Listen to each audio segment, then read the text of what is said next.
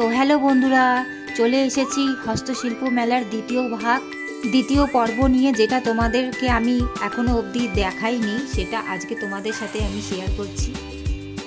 তোমাদেরকে আমি আগেই বলেছি যে মেলাটা বিশাল বড় ছিল, তো তাই সব কিছু ক্যাপচার করা আমার পক্ষে সম্ভব হয়নি। তাও আমি চেষ্টা করেছি, যতটা পেরেছি আমি ক্যাপচার করেছি।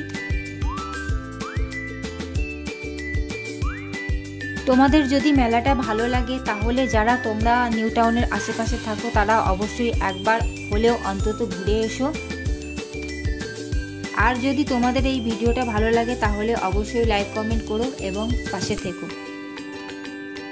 চলো টাটা।